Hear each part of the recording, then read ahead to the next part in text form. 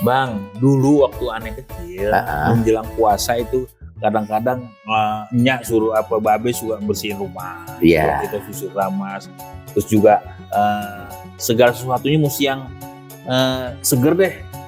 Menurut abang gimana itu? Emang kalau orang tua kita emang selalu kita begitu, ya kan? Kenapa? Karena kita beranggapan datangnya bulan suci Ramadan itu kita apa ya? Kita sambut kedatangan, kan begitu kan? Jadi baju merah habis dicuci, setelah bersih lalu disetrika.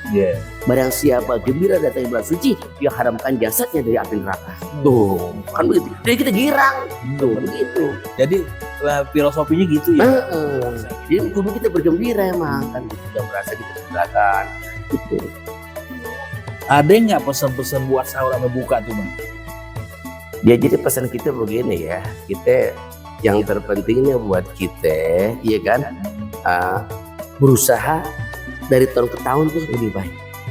Jadi harapan kita juga kan, buah mangga lagi dipetik, ambil yang muda, tolong lemparin.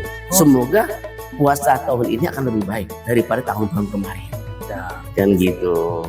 Artinya memperbaiki diri, membaikkan diri dari hari ke hari. Iya. Dari tahun kemarin kan umur kita tambah. Benar. Kan jadi kita berbaik lagi. Kita kudu tahu diri banget. Bukan berarti semakin tahu kita semakin gagah. Kan ada sumur, ada timba, timba diikat di pohon jati.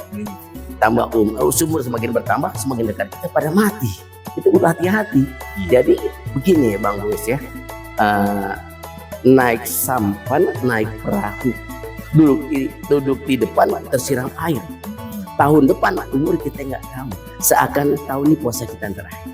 Iya, cakep banget. Jadi kita semangat, kan gitu semangat kita jadinya. Jadi kita menganggap puasa terakhir. Seakan-akan gitu ya. Ini kan ada yang bilang kerjalah untuk hidup 100 tahun. Benar. Gitu kan? Beribadahlah bahwa kamu akan mati besok. Iya, benar. Ya, mali dunia ke anak kata isu abadan, wa mali akhiratika ke anak kata mutu gohodan. Kalau nggak salah begitu. Juga nggak salah juga ya. Kira-kira nih, apa aja sih yang disiapin menjelang hari raya ini setelah kita berpuasa itu? Ya tentunya ya fisik kita, mental kita siapin. Tentunya harapan kita bikin kolam di rumah Pak RW. Cakep. 5 hari kagak terasa. Artinya Bang? Malam kita bisa tarawih, siang hari kita bisa berpuasa. Ya. Tidak perlu kasih kesehatan di situ, itu harapan kita. Di samping ibadah-ibadah yang lainnya. Jangan ditinggalin. Iya, karena gini Bang Wes ya, yang namanya ibadah puasa itu beda sama puasanya ibadah-ibadah lain. Masih ya? Kalau ibadah kita sholat, paling jelas ketahuan.